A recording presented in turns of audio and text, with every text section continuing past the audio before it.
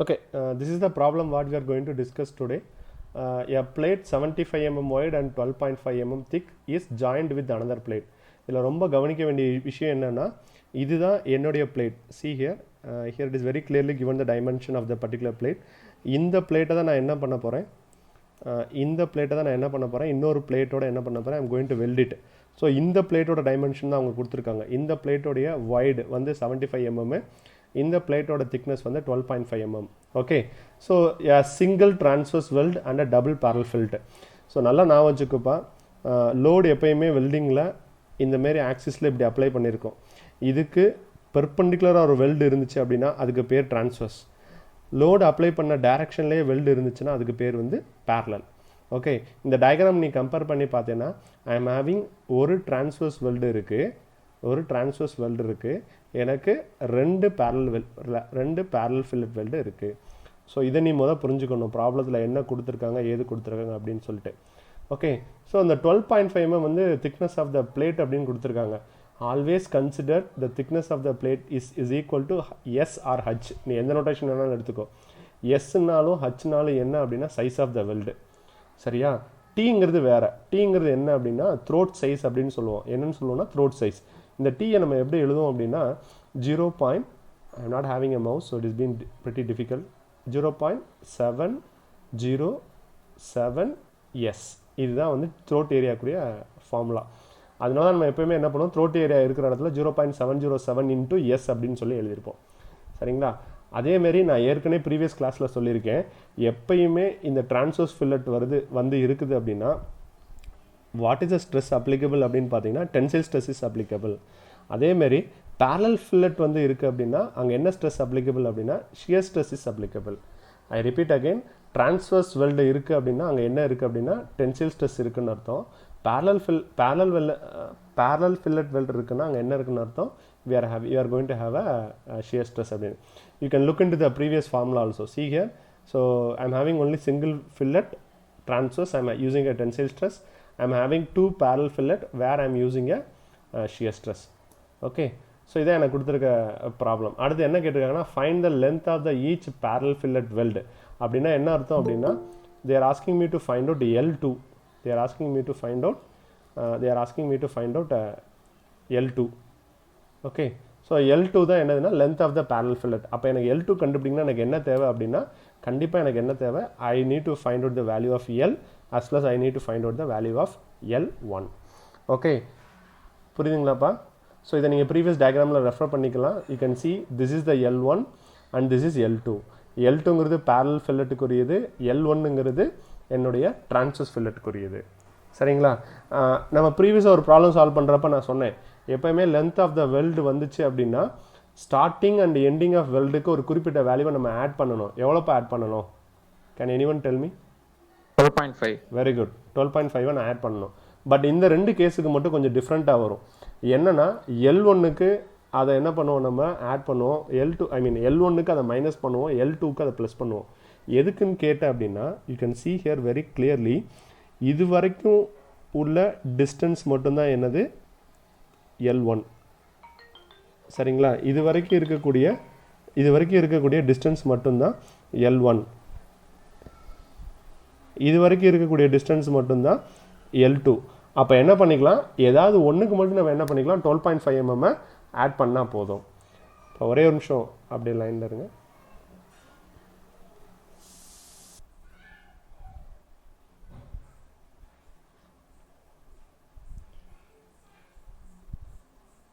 Okay, I'm sorry for the interruption. Okay, so that is the reason why we are adding for one length and we are managing for the other length. But is the screen visible? Hello? Yes, sir. Okay. So இப்போ எனக்கு என்ன கேட்டிருக்காங்க அப்படின்னா ரெண்டு கண்டிஷனில் இங்கே case 1 and case 2ன்னு சொல்லிட்டு ரெண்டு கொடுத்துருக்காங்க. நான் என்ன பண்ணணும், ஸ்டாட்டிக் கண்டிஷனுக்கும் ஃபைண்ட் அவுட் பண்ணணும் லென்த்தோட கண்டிஷனு, ஃபேட்டிக் கண்டிஷனுக்கும் என்ன பண்ணணும் அதோட லென்த்தை நான் ஐடென்டிஃபை பண்ணணும். So now let us solve the problem. Okay, நான் ஃபஸ்ட்டு வந்து கேஸ் 1க்கு நம்ம சால்வ் பண்ணலாம். ஸோ அதுக்கு முன்னாடி என்ன பண்ணுறோம், நம்ம என்ன பண்ணுறோம், I have to tell what is case 1 and case 2. Okay, case 1 வந்து நான் ஸ்டாட்டிக் கண்டிஷன் வச்சு என்ன பண்ணுறேன், ஃபஸ்ட்டு கிவன் டேட்டாவை எழுதிக்கிறேன். ஸோ கிவன் டேட்டா வந்து பார்த்தீங்கன்னா எனக்கு width 75 mm, thickness of the plate 12.5 mm, tensile stress and shear stress கொடுத்துருக்காங்க. ஓகே, ஸோ இந்த கேஸுக்கு எப்போவுமே நான் என்ன அசியூம் பண்ணிக்கணும்னா P is equal to P1 + P2 அப்படிங்கிறத எப்போயுமே அசியூம் பண்ணிக்கோங்க. ஏன்னா டோட்டல் லோடை தான் என்ன பண்ணுதுன்னா length of the weld transverse and length of the weld parallel ரெண்டுமே என்ன பண்ணிக்கிடுதுன்னா டிவைட் பண்ணிக்கிறது. So it is very very important. அப்போ ரெண்டுமே என்ன பண்ணுங்க, இண்டிவிஜுவலாக கண்டுபிடிங்க. இண்டிவிஜுவலாக கண்டுபிடிக்கிறப்ப எனக்கு என்ன ஆகும்னா I know what is P1. Okay, so 0.76707 into S into L into sigma T. So எனக்கு இதோட வேல்யூ தெரியும், எனக்கு எஸ்ஸோட வேல்யூ தெரியும். ஓகே, இந்த வேல்யூ எல்லாம் தெரிஞ்சதுக்கப்புறம் நான் என்ன பண்ணுறேன், ஐம் ஹேவிங் L1 வேல்யூ. இந்த L1 வேல்யூ நான் எப்படி கண்டுபிடிக்கிறேன் அப்படின்னா, you can see here this is transverse fillet weld. இங்கே என்ன வித் இருக்கோ அந்த வித்துக்கு தான் என்ன இருக்குது, இந்த டிரான்ஸ்வர்ஸ் லென்த் இருக்குது. அதனால் என்ன பண்ணுறேன், L1 = 75 எடுத்துக்கிறேன். ஆனால் அதுலேருந்து எதை மைனஸ் பண்ணுறேன், 12.5 mm அப்படிங்கிறத நான் மைனஸ் பண்ணுறேன். இதுக்கு நான் ரீசன் நான் ஏற்கனவே சொன்னேன். எதுக்காண்டி இந்த 12.5 mm மைனஸ் பண்ணியிருக்கேன்னா, because I am going to add this particular 12.5 in the for L2 value. அப்போ L1 கண்டுபிடிச்சிட்டேன். ஸோ சிக்மா T தெரியும், L1 தெரியும், S தெரியும். ஐ can find out P1 value. Okay, இப்போ நான் P1 வேல்யூ கண்டுபிடிச்சிட்டேன். இங்கே இதேமாரி நான் என்ன பண்ணணும், P2ஓட வேல்யூ கண்டுபிடிக்கணும். பட் P2ஓட வேல்யூ கண்டுபிடிக்கணும் அப்படின்னா I know sigma tensile, the total tensile stress is equal to load by area. எனக்கு லோடோட வேல்யூ கொடுத்துருக்காங்க. எவ்வளோ கொடுத்துருக்காங்க எனக்கு, சாரி ஸ்ட்ரெஸ்ஸோட வேல்யூ கொடுத்துருக்காங்க. எனக்கு ஸ்ட்ரெஸ்ஸோட டென்சில் ஸ்ட்ரெஸ்ஸோட வேல்யூ எவ்வளவு, 70 MPa. ஸோ ஸ்ட்ரெஸ் தெரியும், இதை வச்சு நான் என்ன கண்டுபிடிக்க முடியும், டோட்டல் லோட கண்டுபிடிக்க முடியும். ஸோ ஏரியா என்னது அப்படின்னு பார்த்தீங்கன்னா, நீ வெல்டு பண்ணுற பிளேட்டோட ஏரியா வந்து 75 × 10 வித்தையும் திக்னஸையும் வச்சு நான் என்ன பண்ணிக்கிறேன், I am finding out the area. அதை தான் இங்கே கொடுத்துருக்கேன். You can see here the stress value into area multiply பண்ணனா எனக்கு என்ன கிடச்சிருது, டோட்டல் லோடு அப்ளைடு எனக்கு கிடச்சிருது. Then I am coming to the P2. So P2 கண்டுபிடிக்கிறப்ப நான் டபுள் பேரல் ஃபில்லட்டுக்கு வந்துடணும். டபுள் பேரல் ஃபில்லட்டுக்கு ஃபார்முலா என்ன, 2 times of the 0.707 into S into L2 into shear stress. எனக்கு ஷியர் ஸ்ட்ரெஸ்ஸோட வேல்யூ தெரியும், எஸ்ஸோட வேல்யூ தெரியும், எனக்கு P2ஓட வேல்யூ தெரியாது, L2ஓட வேல்யூ தெரியாது. அதனால P2 in terms of L2 எனக்கு ஒரு வேல்யூ கிடைக்கும். ஸோ இதை வச்சு நான் என்ன பண்ண போகிறேன் அப்படின்னு பார்த்தீங்கன்னா, I can correlate this value. எனக்கு ஆல்ரெடி எனக்கு என்ன வேல்யூ தெரியும், P1ஓட வேல்யூ தெரியும், P2 in terms of L2 தெரியும். இதை ரெண்டையும் வச்சு என்னால் என்ன கண்டுபிடிக்க முடியும், I can find out what is the P2 value. So P2 value எனக்கு என்னன்னு தெரிஞ்சிச்சுன்னா என்னால் டேரெக்டாக என்ன கண்டுபிடிக்க முடியும், I can find out L2 value. ரொம்ப முக்கியமான விஷயம், இந்த L2ஓட நீங்கள் என்ன பண்ணணும், starting and stopping of weld ரன்னை நான் என்ன பண்ணணும், ஆட் பண்ணணும். Okay, this is case number 1, static load. So I hope you know what is the difference between static load and fatigue load. So case number 2 நான் என்ன பண்ண போகிறேன் அப்படின்னா, ஃபேட்டிக் லோடுக்காக நான் போகிறேன்.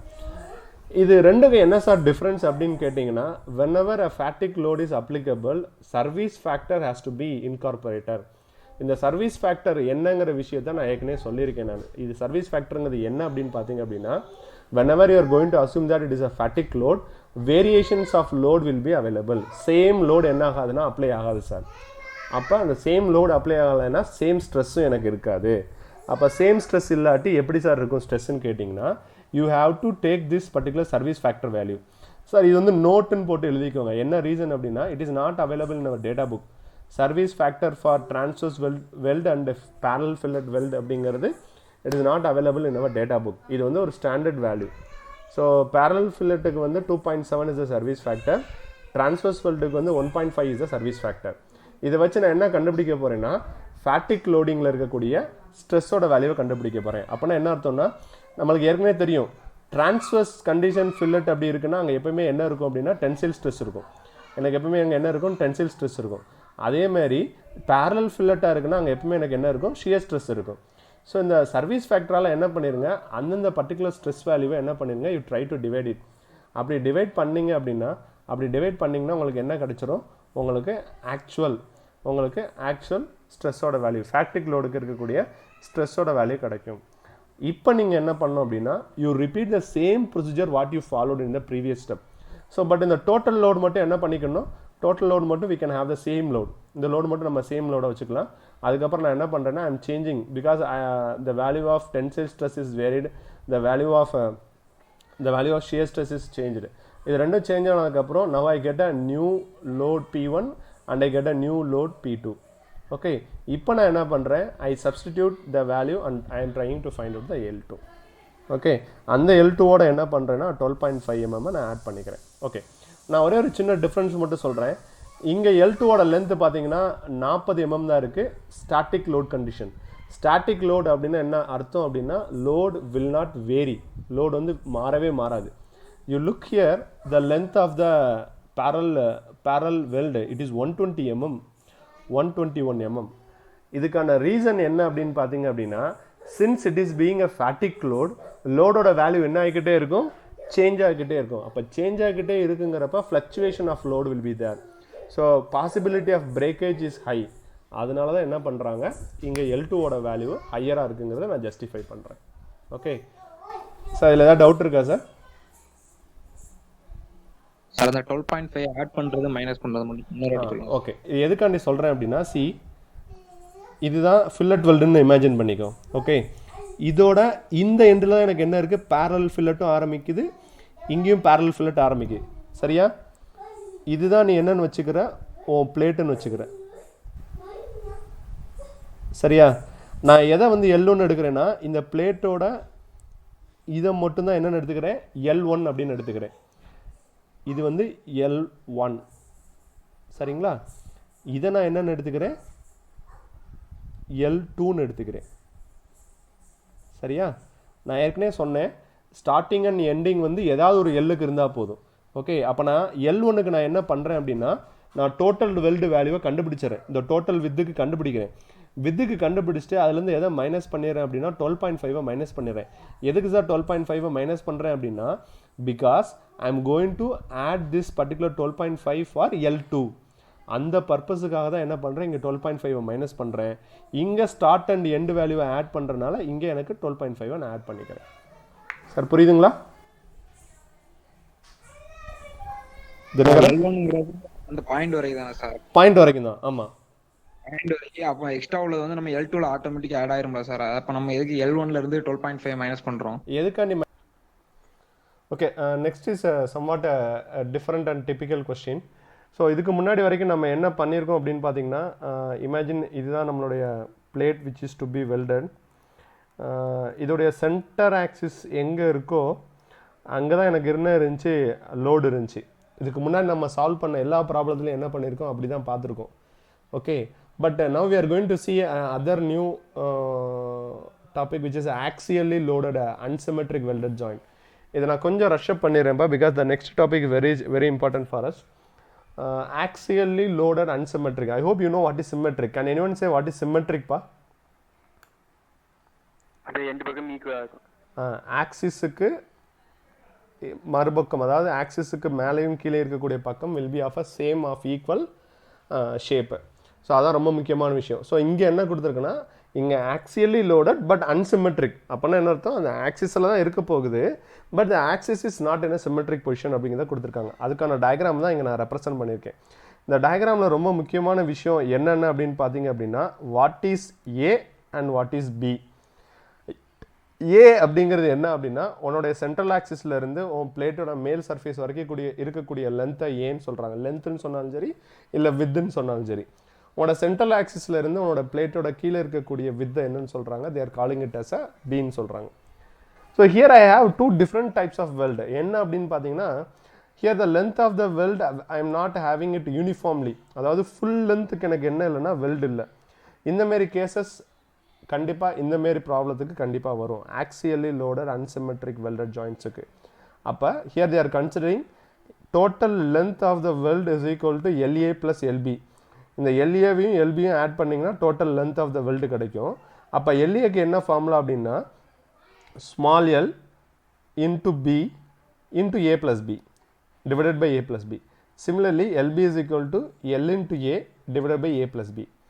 ஓகே, ஸோ இந்த கேஸில் வந்து நம்ம ஒரே ஒரு ப்ராப்ளம் பார்க்கலாம். I will make a quick review on it. I will be giving time for your writing off. Okay, this is a case so which is available in your book also. So you first forgot the right hand side diagram. இந்த டயக்ராமை மறந்துங்க. You kindly look into only this particular diagram. So இந்த டயக்ராமில் பார்த்தீங்க அப்படின்னா it is very clearly understood. It is a L channel. L சேனல்லாம் உங்களுக்கு தெரியும்னு நினைக்கிறேன். It is nothing like L type of a பெண்டில் ஒரு பைப் இருக்குது. அந்த பைப்பை நான் என்ன பண்ணுறேன் அப்படின்னா ஐ ஆம் வெல்டிங் ஹியர் அண்ட் ஐ ஆம் வெல்டிங் ஹியர். உங்களுடைய அண்டர்ஸ்டாண்டிங்காக நான் ஒரு விஷயம் சொல்லிடுறேன். You have studied in your engineering mechanics how to find out the center of gravity or axis for a unsymmetric problem. அதை நம்ம இங்கே applicable பண்ணுவோம். So that is why I told you the prerequisite for this subject is engineering mechanics also. Okay, so இங்கே தெளிவாக பார்த்தீங்கன்னா உனக்கு தெரியும் இந்த ஆப்ஜெக்டோடைய இந்த ஆப்ஜெக்ட் இஸ் நாட் சிமெட்ரிக். இந்த ஆப்ஜெக்ட்டுக்கு மேலே வந்து வேறு மாதிரி ஒரு சர்ஃபேஸ் இருக்குது, ஆக்சிஸுக்கு கீழே வேறு மாதிரி ஒரு சர்ஃபேஸ் இருக்குது. ஓகே, எனக்கு என்ன கொடுத்துட்டாங்க அப்படின்னா from the right hand side diagram you can tell this is small B and from the right hand side diagram I can say this is my L. இது என்னுடைய லென்த் அப்படிங்கிறது என்னால் சொல்ல முடியும். ஓகே, இதை வச்சு நான் என்ன கண்டுபிடிக்கணும் அப்படிங்கிறத நம்ம பார்க்கலாம். 200 into 150 into 10 mm ஆங்கிள் ரொம்ப தெளிவாக கொடுத்துருக்காங்க. It is an angle. 200 into 150 mm into 10 mm angle is to be welded to a steel plate by a fillet weld as shown in figure. If the angle is subjected to a static load of, very clearly given, it is a static load of 200 kilonewton. Find the length of the weld at the top and at the bottom. So நான் என்ன கண்டுபிடிக்கணும்னா LA-வை கண்டுபிடிக்கணும், LB-யை கண்டுபிடிக்கணும். So கொஷின்லேயே welding இந்த மாதிரி தான் இருக்குன்னு கொடுத்துட்டாங்க. The allowable shear stress for a static loading may be taken as 75 megapascal. Can anyone tell me இந்த ப்ராப்ளத்தில் எதுக்குப்பா shear stress value மட்டும் கொடுத்துருக்காங்க? Why they have not given a tensile stress? Can anyone tell me? Sir welding யாரா ஒரு ஆள் கேன்சர் வச்சு வெல்டிங். என்னதுப்பா Srinivasan? Tyre welding. Very good very good. இன்னொரு ஆள் யாருப்பா? தினகரனா? மாரிராஜா சார். மாரிராஜா சொல்லுங்க. மாரிராஜா சார் அந்த வெல்டிங் வச்சிருக்க ஆக்சிஸ்க்கு பேரலலா இதாகும் sir. Very good very good. அப்போ அது என்ன type of welding? parallel fillet welding. அங்கே parallel fillet வெல்டிங் இருக்குனால அங்கே என்ன ஸ்ட்ரெஸ் தான் ஆக்ட் ஆகும்? சியர் ஸ்ட்ரெஸ் தான் ஆக்ட் ஆகும். சரிங்களா? அப்போ இங்கே எனக்கு என்னென்ன டேட்டா கொடுத்துருக்காங்க?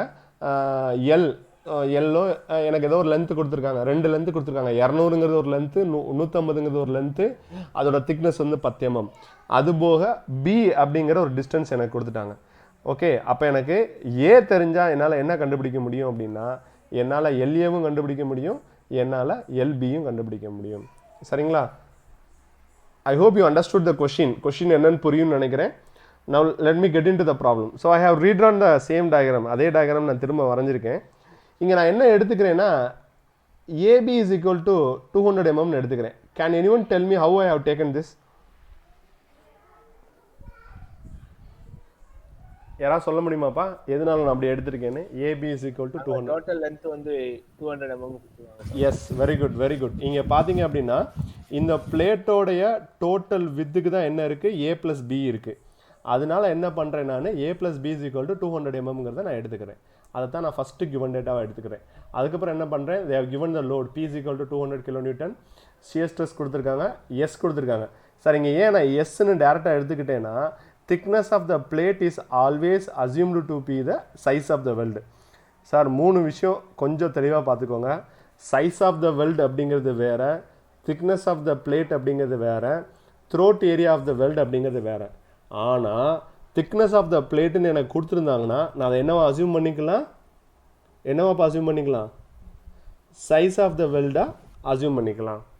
ஓகேங்களா? அப்போ நான் என்ன பண்ண போகிறேன் அப்படின்னு பாருங்கள். ஸோ நான் என்ன அசியூம் பண்ணுறேன்? சிங்கிள் பேரலல் ஃபில்லட் அப்படின்னு நான் அசியூம் பண்ணிக்கிறேன்.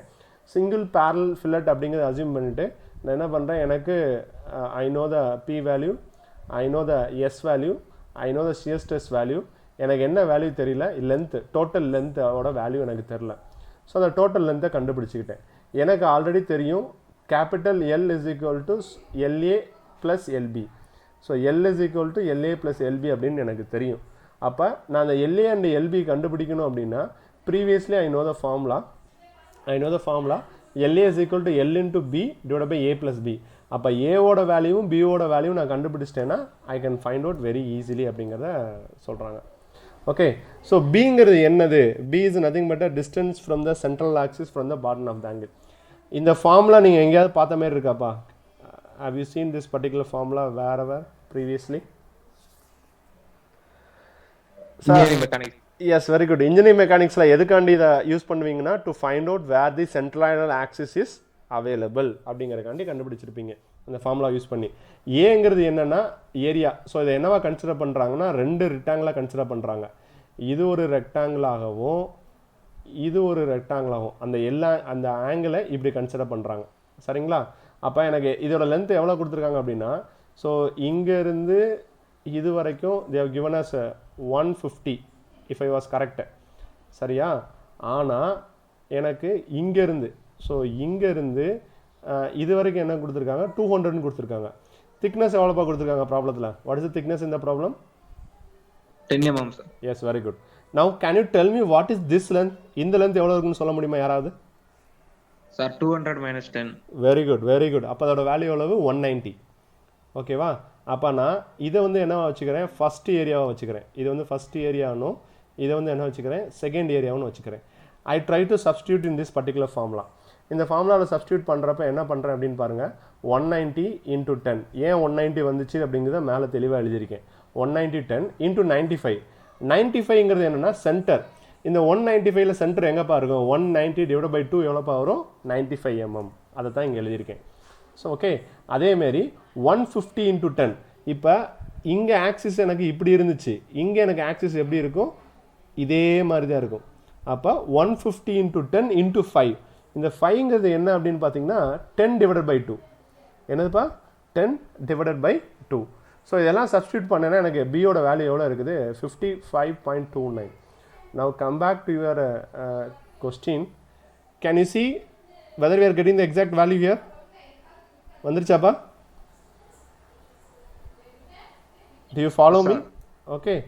ஸோ அப்போ பியோட வேலையை வந்து நம்ம கண்டுபிடிச்சிட்டோம். எனக்கு ஏற்கனவே தெரியும் a + b = 200. அதை வச்சு என்னால் என்ன கண்டுபிடிக்க முடியும்? ஏவோட வேல்யூ கண்டுபிடிக்க முடியும். ஏவோட வேல்யூவை கண்டுபிடிச்சாச்சு அப்படின்னா by using these two formulas, LA is equal to L into B divided by A plus B, LB is equal to L into A divided by A plus B அப்படிங்கிற ஃபார்முலா யூஸ் பண்ணி என்னால் என்ன கண்டுபிடிக்க முடியும்?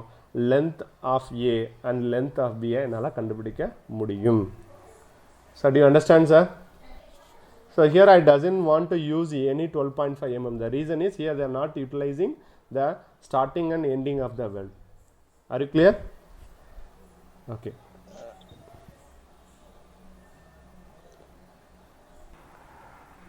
So now we are going to see eccentrically loaded welded joints. What is eccentrically அப்படின்னு பார்த்தீங்க அப்படின்னா, இதுக்கு முன்னாடி வரைக்கும் நம்ம என்ன பண்ணோம் அப்படின்னா, the loading was actually available in the axis of the particular welded part. அந்த ஆப்ஜெக்டோட ஆக்சிஸ்க்கு நேரம் எனக்கு என்ன இருந்துச்சு? என்னுடைய லோடிங் பார்ட் இருந்துச்சு. ஆனால் இப்போ நான் என்ன பண்ண போகிறேன் அப்படின்னு பார்த்தீங்க அப்படின்னா, now we are going to have this load at a eccentricity. What is called eccentricity, sir? Can anyone tell me? I think you have completed. சொல்லுங்க. என்னப்பா? சார் அதோட ஆக்சிஸ்ல இருந்து சர்டன் ஒரு குறிப்பிட்ட டிஸ்டன்ஸ் தள்ளி இருக்கும் sir. Okay, very good. To make it very easy, I can take example as a cam. Cam is one of the eccentricity அப்படிங்கிறத எடுத்துக்கலாம். ஏன்னா அதோட சென்டர்லேருந்து நீ மெஷர் பண்ணேன்னா என்ன இருக்காதுன்னா, the outer surface of the cam would not have the same distance. Am I right or wrong? Yes sir. அப்போ என்ன அர்த்தம் அப்படின்னா, from center, from axis it varies. The loading criteria varies அப்படிங்கிறத நான் ஒரு இன்புட் அங்கே கொடுத்துக்கிறேன். ஓகே, இப்போ இங்கே எசென்ட்ரிக் லோடிங் கேஸ் 1ல் என்ன பண்ணுறாங்க அப்படின்னா, they are using it for a T joint. T jointனா உனக்கு நல்லா தெரியும்னு நினைக்கிறேன். உங்களுடைய ஒர்க் ஷாப்பில் நீங்கள் என்ன பண்ணியிருக்கீங்க? such kind of a joint you have been mailed. இந்த ஃபில்லட் ஜாயிண்ட் அங்கே பண்ணியிருக்கீங்க. இந்த T ஜாயிண்ட்டை என்ன பண்ணுறேன்? ஒன் எண்ட் அண்ட் ஒரு எண்டை ஃபிக்ஸ் பண்ணிக்கிறேன், and other end subject to eccentric loading. இந்த எசென்ட்ரிக் லோடிங்கு தான் இங்கே பார்த்துறீங்க. இதுக்கு முன்னாடி வரைக்கும் நம்ம என்ன பண்ணோம் அப்படின்னா, we made it like this. இந்தமாரி ஆக்சியலில் நம்ம என்ன பண்ணிக்கிட்டு இருந்தோம்? லோடு அப்ளை பண்ணிக்கிட்டு இருந்தோம். இப்போ என்ன பண்ணிகிட்டு இருக்கோம்? we are going in the transverse direction at a particular distance. ஒரு குறிப்பிட்ட டிஸ்டன்ஸ்லேருந்து என்ன பண்ணிக்கிட்டு இருக்கோம்? we are going அப்படிங்கிறனால இது பண்ணுறோம். அப்போ இதில் என்னென்ன டைப்ஸ் ஆஃப் ஸ்ட்ரெஸ்ஸஸ்லாம் இருக்கும் சார் அப்படின்னு கேட்டிங்கன்னா, I have a shear stress and I have a bending stress. ரொம்ப முக்கியமான விஷயம். அப்போ நீங்கள் ஒரு சின்ன ஷார்ட் நோட் கணக்கு எழுதிருக்கோங்க. If there is eccentrically loaded welded joints in case 1, case 1ல் வந்து டி ஜாயிண்ட்டாக இருந்துச்சுன்னா 2 times of stresses will be available. ஒன்று வந்து டைரக்ட் ஷியர் ஸ்ட்ரெஸ்ஸு, இன்னொன்று வந்து என்னென்னா பெண்டிங் ஸ்ட்ரெஸ் அப்படின்னு சொல்லிட்டு 2 இருக்குது. Okay, these are the few formulas I have been noted. ஆக்சுவலாக என்ன அப்படின்னா I have a maximum stress as well as a maximum shear stress. இந்த 2 இருக்கும். இந்த 2 ஃபார்முலாவும் நம்ம ஏற்கனவே பார்த்தது தான். we have studied in our strength of materials, we have studied in our first unit of design of machine elements, where it is nothing but sigma b by 2 plus 1 by 2 into square root of sigma b square plus 4 tau square. Maximum shear ஸ்ட்ரெஸ்ஸுக்கு formula என்னென்னா இதை மட்டும் என்ன பண்ணிடுங்க, remove பண்ணிட்டீங்கன்னா that is the formula for a maximum shear stress. அப்போ இந்த formula எனக்கு என்னென்ன தேவை, சிக்மா பி தேவை, ஷியர் ஸ்ட்ரெஸ் தேவை. ஷியர் ஸ்ட்ரெஸ்ஸுக்கு ஃபார்முலா என்ன, shear stress is equal to load by area. இங்கே வெல்டோட ஏரியாவை எப்படி கால்குலேட் பண்ணுறாங்க, 2 times of 0.707 into S into L. அப்போ இதை வச்சு எனக்கு என்ன கண்டுபிடிக்க முடியும், ஷியர் ஸ்ட்ரெஸ் கண்டுபிடிக்க முடியும். பெண்டிங் ஸ்ட்ரெஸ்ஸுக்கு என்ன ஃபார்முலா அப்படின்னா M by Z. What is M? Bending moment. Bending மொமெண்ட்டுக்கு என்ன ஃபார்முலா, P into E. இசட்னா என்ன, செக்ஷன் மாடுலஸ். இந்த செக்ஷன் மாடுலஸ் அப்படிங்கிறது என்ன ஆகும் அப்படின்னா it varies for various cross section. ஒவ்வொரு கிராஸ் செக்ஷனுக்கும் என்ன ஆகும்னா இந்த செக்ஷன் மாடுலஸோட வேல்யூ ஃபார்முலா வந்து மாறிக்கிட்டே இருக்கும். Okay, that it is available in our data book. அதை நான் சொல்லிடுறேன். இதை தகுந்தாப்புல எனக்கு என்ன மாறும்னா சிக்மா பியோட வேல்யூ வந்து மாறிக்கிட்டே இருக்கும். This is a overview about a case 1 if eccentrically loaded. அப்போ எசென்ட்ரிக்லி லோடடுக்கு நான் என்னென்ன பண்ணணும் அப்படின்னா I have to do it. இப்போ just a moment, be on a line.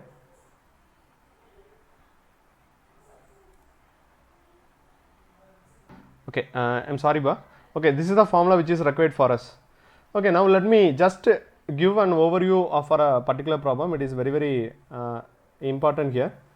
Okay, a 50 mm diameter solid shaft. Okay, inga diameter play agudhu. Appa cross section of the and the shaft eppadi irukum appadina it is be circular cross section. அதோட diameter கொடுத்திருக்காங்க 50 mm கொடுத்திருக்காங்க. It is welded to a flat plate as shown in figure. If the size of the weld அப்படின்னா the notation is S. Find the maximum normal stress அப்படின்னு கேட்டிருக்காங்க. Where I need to find out maximum and they ask me to find out the shear stress in the weld which is nothing but a tau value.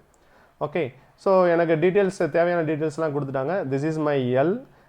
This is நீ Wன்னு வச்சுக்கிட்டாலும் சரி இல்லை P அப்படின்னு வச்சுக்கிட்டாலும் சரி it is not going to be worthful and they have given the S value. Okay, எனக்கு நான் given data ஃபுல்லாக எழுதுகிறேன்.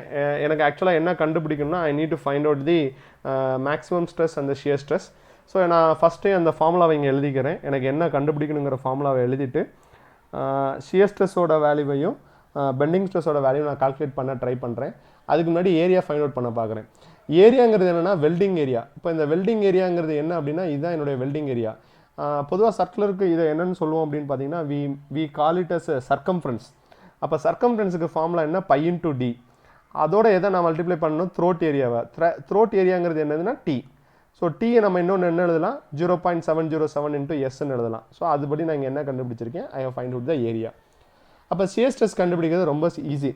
Shear stress is equal to load by area. Okay, அப்போ அதை வச்சு என்ன பண்ணிடுறேன், சியர் ஸ்ட்ரெஸ் கண்டுபிடிச்சிடுறேன். நம்ம I am coming to bending stress. Bending ஸ்ட்ரெஸ்ஸுக்கு ஃபார்முலா என்னன்னா பெண்டிங் ஸ்ட்ரெஸ்ஸுக்கு ஃபார்முலா வந்து bending moment divided by section modulus. Bending மொமெண்ட்டுக்கு ஃபார்முலா என்ன, load into distance. I know the load what is 10 kN. அதை நியூட்டன் நான் கன்வெர்ட் பண்ணுறேன் அப்படின்னா 10 × 10⁻3. அதோடைய டிஸ்டன்ஸ் எவ்வளோனா 200 mm, which is nothing but I am finding out the bending moment. Bending மொமெண்ட்டோட value எனக்கு என்ன ஆகுது அப்படின்னா ஸோ 2 × 10⁻6 Nm கண்டுபிடிச்சிடறேன். Now plays a vital role. So நான் எனக்கு என்ன தெரியணும், I need to find out what is the formula for Z. நான் ஏற்கனவே 11.6 அப்படிங்கிறத டேட்டா புக்கை வந்து உங்களுக்கு ஏற்கனவே நான் ஷேர் பண்ணியிருக்கேன். If you want you can share it, see it. So let me go back and show you where it is available. Okay, not this. Yes, here you can available. Sir, page number 7.6, sorry 11.6. இங்கே பார்த்தீங்கன்னா page number 11.6க்கு circular cross sectionக்கு, because the shaft is circular, the circular cross sectionக்கு இசட்டுக்கு formula கொடுத்துருக்காங்க. இசட்டுக்கு formula என்னன்னா pi d square by 4. So by d square 4 is the formula for that particular thing. So அப்போ நான் என்ன பண்ணுறேன், from data book page number 11.6 for circular cross section Z formula is equal to pi DD square by 4 அப்படிங்கிறத இங்கே எழுதிக்கிறேன். Okay, அந்த டீங்கிறது என்ன அப்படின்னா 0.707 இன்ட்டு எஸ்ன்னு நம்ம எழுத முடியும். ஸோ அப்போ இசட் இஸ் ஈக்குவல் டு அப்படின்ட்டு இசட்டோட வேல்யூ கண்டுபிடிச்சிட்டேன். அப்போ எனக்கு பெண்டிங் ஸ்ட்ரெஸ்க்கு கண்டுபிடிக்கிறதுக்கு எனக்கு எம்மோட வேல்யூவும் தெரியும், இசட்டோட வேல்யூவும் தெரியும். If I know that I can find out the bending stress very easily. Now you try to substitute the value in the formula which I have been listed here earlier, and you try to find out the maximum stress and the maximum shear stress. Okay, is there any doubt?